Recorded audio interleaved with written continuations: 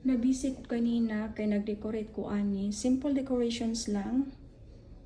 Napalit ni nako sa Hobby Lobby. Pero ang uban kani siya o kaning vase napalitan na mo ni siya sa Goodwill.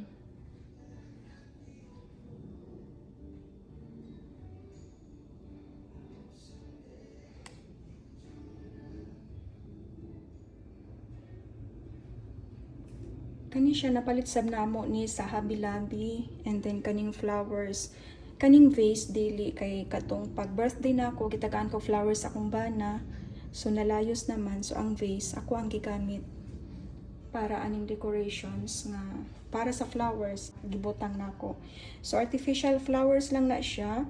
Then kanina palit na mo ni sa Hobby Lobby ning uban, but then kani siyang uban ani nanguha ra ko ani sa gawas, kani siya gawas among balay kani, and then sa ilalom sab niya mga gipanguha nako sa gawas sa balay, limpyo man sab siya. So ang uban kaning mga naa siya'y murag sinaw gamay, napalit na ni nako sa Hobby Lobby kani mga sinaw.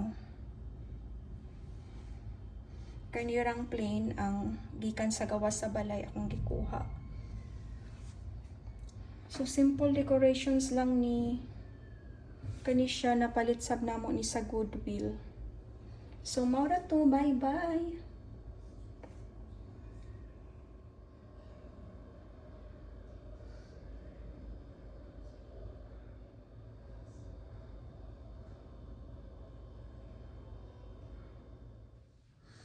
And then kani siyang pumpkin napalit sab nako sa Hobby Lobby, but then gibutang nako na daan kay para dili kwaon sa muang anak kay magsige maguna siya pangabot.